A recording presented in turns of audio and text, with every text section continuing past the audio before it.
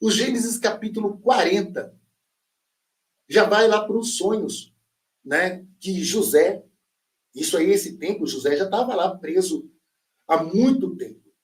A mulher do seu dono, né? Que ele era escravo, tentou seduzir José de todo jeito. Tentou ter relações sexuais com ele de toda forma. E José sempre escapando. Até que um dia ela agarra ele e ele escapa, só que a túnica dele fica na mão. E ela então começa a gritar, dizendo que José tinha tentado violentar. E os outros empregados perceberam. Quando o dono de José chegou, ficou muito bravo e mandou ele para a prisão. E lá na prisão ele sempre dizia que era uma vítima, né? Que ele tinha sido injustiçado ali. E por ser uma pessoa boa, o carcereiro Mor deixou ele cuidando dos outros prisioneiros. E um dia, um copeiro e um padeiro do faraó desapontou o faraó, foi desrespeitoso com o faraó. E o faraó mandou os dois para a prisão. Quando eles chegaram lá na prisão, quem é que cuidava lá? Né? Era o segundo carcereiro, vamos dizer assim. O próprio José, que foi vendido pelos irmãos. E que já estava ali no Egito há um tempo e preso já há um bom tempo.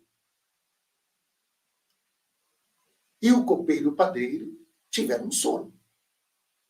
E eles estavam querendo saber se tinha alguém ali que pudesse interpretar os sonhos. O José falou, eu consigo. Aí foi. O primeiro foi o copeiro. O copeiro falou assim, olha, eu tive um sonho que tinha uma parreira muito bonita na minha frente e dela tinha três ramas que saíam uvas maravilhosas. E eu estava com o faraó do meu lado, eu peguei essas uvas, eu espremi ali no copo do faraó e o faraó estava muito satisfeito. O José falou assim, olha, essa parreira e essas 3 ramas representam 3 dias. Em 3 dias você vai ser colocado no seu posto. Você vai voltar a servir o faraó e vai dar tudo certo na sua vida. Bom, o padeiro ficou meio animado, né, de escutar essa interpretação e veio para o José fazendo a narrativa do sonho dele. Falou assim, olha, eu tive um sonho também. Eu sonhei que eu estava carregando na minha cabeça 3 cestos de pães. Só que no último tinha carnes assadas de todos os tipos. E as aves vinham e comiam. Aí José vai entregar para ele a interpretação do sonho, que não foi muito boa. Falou para ele, olha, esses 3 cestos representam 3 dias. Em 3 dias, o faraó vai decapitar a sua cabeça e vai deixar o seu corpo pendurado para as aves comerem. E foi o que aconteceu. O faraó fez a festa dele, na narrativa, tá, gente? Fez a festa dele, e nessa festa ele soltou o copeiro, e o copeiro voltou a servir. Só que José falou para ele, olha, lembra de mim quando você estiver lá com o faraó, para ele me tirar daqui. Só que o copeiro não lembrou de nada, ficou muito feliz que foi solto, né? Estava muito bem lá. Só que o padeiro foi realmente decapitado, e o corpo dele foi exposto ali para os bichos comerem. Passou-se alguns anos, e aí vem o sonho do faraó, sabe? E esse sonho do faraó é muito conhecido por muitos de nós, que já saiu em filmes e tudo mais, né? Que o faraó tem um sonho que ele está parado na frente do Nilo, e do rio Nilo sai 2 vacas, aliás, 7 vacas gordas, bonitas, estão lá pastando. E logo na sequência sai do rio Nilo 7 vacas magras e feias e engole as 7 vacas gordas. Muito bem. Logo na sequência, o faraó teve outro sonho. Que ele viu umas espigas de milho, um pé de milho bonito, 7 espigas lindas. E logo na sequência nascem 7 espigas horríveis, secas. E elas engolem as 7 espigas bonitas, viçosas. Ele foi atrás de todos os videntes do Egito e ninguém conseguiu interpretar. Gente, vamos pensar no Egito, escola de mistérios, né, do Imhotep. com toda a sabedoria e tecnologia que tinha o Egito. O Egito era uma superpotência na época, gente.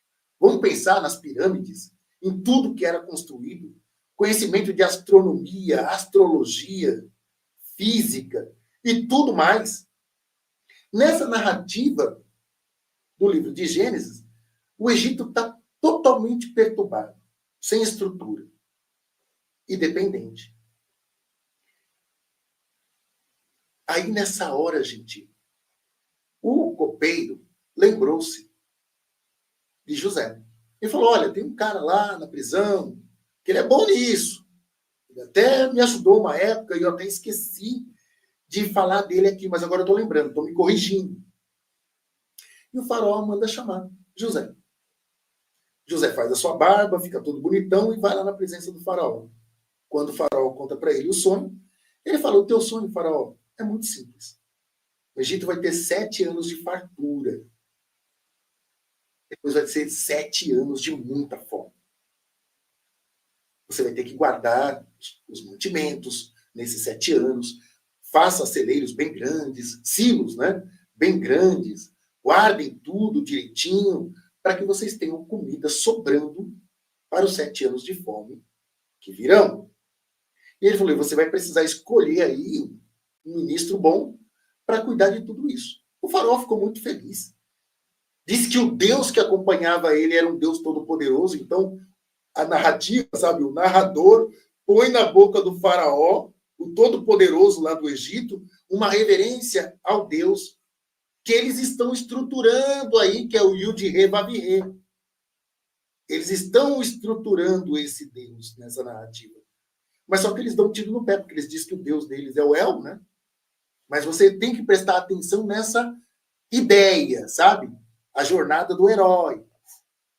Preste bem atenção. Então eles põem na boca do faraó toda a reverência a José, e ele fica como o primeiro-ministro, depois do faraó ele é o todo-poderoso, e ele administra todo o Egito. Cuida de tudo. E guarda muita comida nesses 7 anos. Muita, muita mesmo. O faraó, gente, o Egito dominava todos esses lugares, inclusive os cananeus, onde é a Babilônia. Foi um império, o Império Egípcio. Um império muito forte. E assim estava acontecendo. Olha só. Eu quero parar aqui um pouquinho e falar para vocês que essa narrativa dos 7 anos de fome lá no Egito é uma narrativa muito mais antiga do que a suposta presença de José lá. Entende? Eu vou colocar suposta porque é muito interessante tudo isso. Em 2650 antes de Cristo, ou seja, pelo menos 1000 anos antes da chegada de José lá no Egito, já se tinha essa narrativa. O faraó chamado de Djoser, faraó de Djoser, que é o faraó que os egiptólogos dizem que construiu a grande pirâmide escalonada, que está lá, que foi, eles dizem que é a primeira construída, a de Saqqara. Então, a construção dessa pirâmide é atribuída a esse faraó chamado de Djoser. Djoser foi o faraó da 3ª dinastia. Gente, a gente está falando de 2650 a.C. Tem alguns historiadores que falam até de 2800 a.C. Que é muito difícil essas datações aí. Tem muita coisa errada. Inclusive, né, a gente sabe que a egiptologia é uma fraude. A gente sabe que aquelas construções estão lá há muito mais tempo do que isso, que é nos passados. Sabe? Fecha aspas, tá, gente? Que isso já... Só essa questão aqui já dá uma live.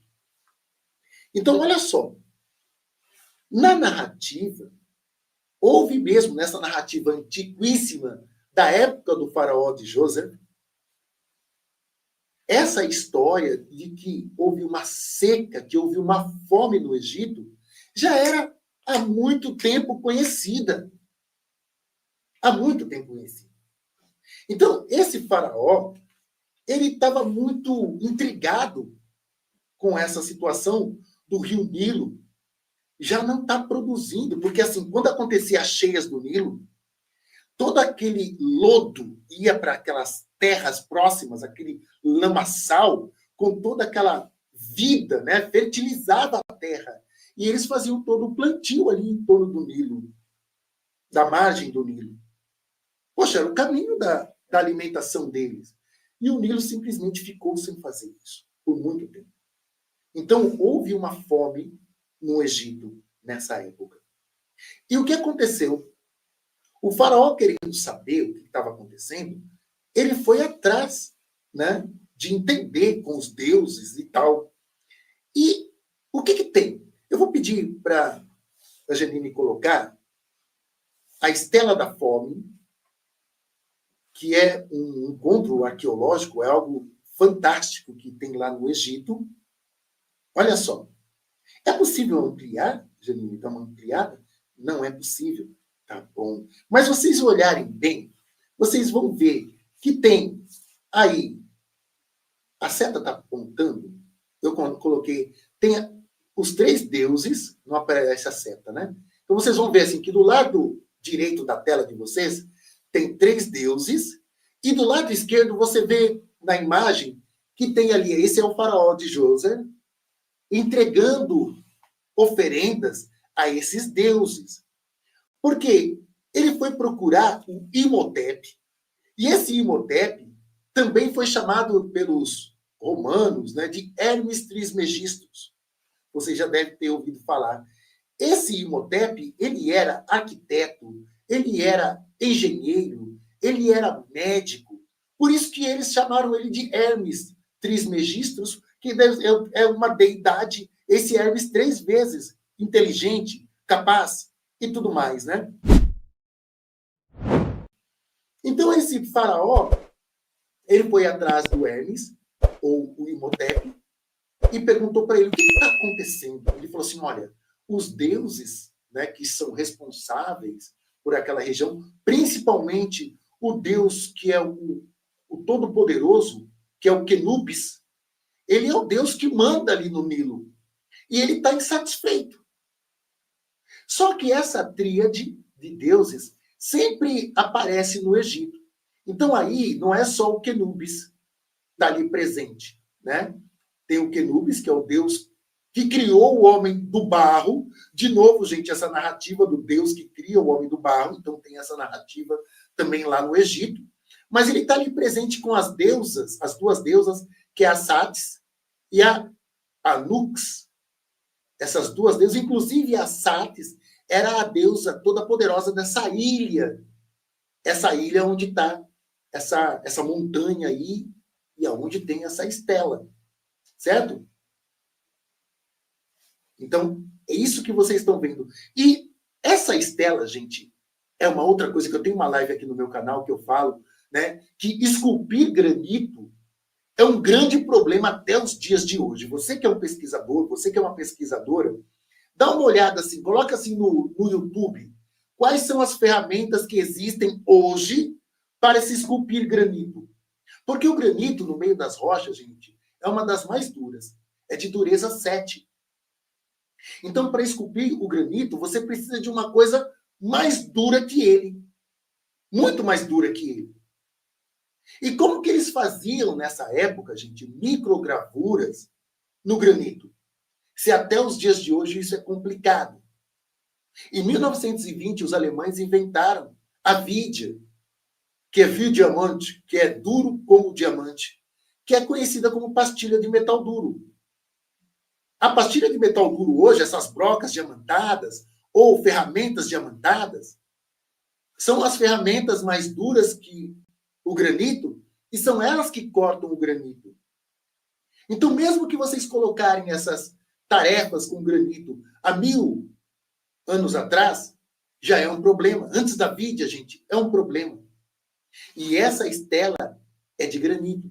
E está toda escrita essa história. Essa história que eu estou narrando para vocês, né, de o faraó de José ir procurar Imhotep, e Imhotep revelar para ele, né, que é o Quenubis que manda no Nilo, né, o Quenubis é o Deus Todo-Poderoso que criou o homem do barro e tudo mais. Está tudo escrito aí nessa estela. E aí o faraó de José vai entregar então para Quenubis e as deusas que estão ali, porque ali essa região, uma ilha, né? Era essa região também é chamada de Elefantina. Depois vocês procuram no mapa essa região onde tem essa ilha e essa deusa Assat, que era a grande responsável. Então toda a história que vocês estão vendo desses 7 anos de fome no Egito já está ali na história do povo egípcio. Mas se vocês forem procurar um pouco mais, vocês vão ver assim, mas essa estela foi feita, né, no período ptolomaico, que é coisa assim de 300 anos antes de Cristo. Será que foi? Será? E por que eles iam narrar uma história tão antiga na época do Ptolomeu V? Por que eles se preocupariam de escrever uma história tão antiga num granito? E será que eles teriam essa técnica mesmo de fazer microgravuras no granito? Dá uma pesquisada, como eu estou dizendo para vocês. Eu tenho uma live aqui no canal que quando eu falo daquele granito de Ratanabá, que tem microgravuras no granito de Ratanabá, gente, os povos originários tinham técnicas para esculpir um granito. Vamos falar de 1.500 anos atrás, na descoberta. Foram quem? Os grandes navegadores que esculpiram o granito de Ratanabá? Tem aqui no meu canal, busquem lá. Vocês vão encontrar. Então a gente tem que entender um pouco sobre dureza de rocha, dureza de ferro, porque mesmo nessa época, gente, vamos colocar para o período de Ptolomeu V, os ferros que tinham eram ferros mole. Então já era o período do ferro. Mas se a gente levar isso aqui lá para a época do faraó, de José, 2650 antes de Cristo, era a época ainda do quê? Do bronze. Eles iam esculpir um granito com cinzel de bronze, martelinho de bronze. E tem coisas mais antigas que era do período do cobre. Será que eles iam conseguir fazer isso com cobre? Claro que não. Se hoje com pastilha de metal duro é complicado, com discos diamantados, hoje tem aos montes aí, né? Que é resultado da sinterização, ou chamado também da metalurgia do pó. Depois vocês procuram isso. Para vocês verem como que eles realmente realizam esses feitos hoje em dia, de polir granito, polir pedras duras. Então a gente tem que pôr a cabeça para funcionar e fazer comparações. Porque se você mandar lá no Google e falar assim, como que eles esculpiam granitos lá no Egito Antigo? Vocês vão ver um monte de baboseira que vem. Eles colocavam madeira, jogavam um pouco de areia em cima e ficavam raspando.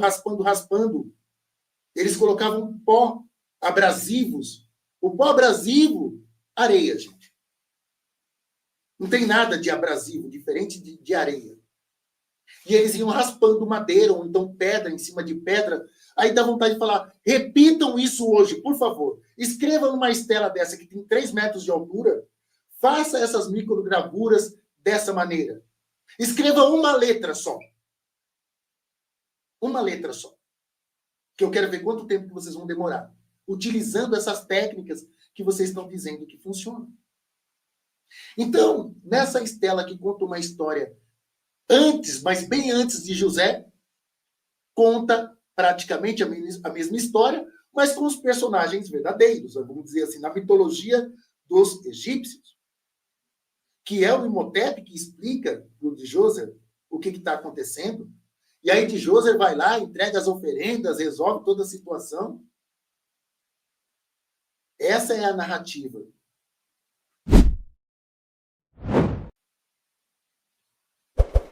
Essa ilha, gente, dessa deusa, ela fica ao sul dali do Nilo. ao sul do Nilo. E essa narrativa está nessa estela, que é bem interessante de vocês pesquisarem.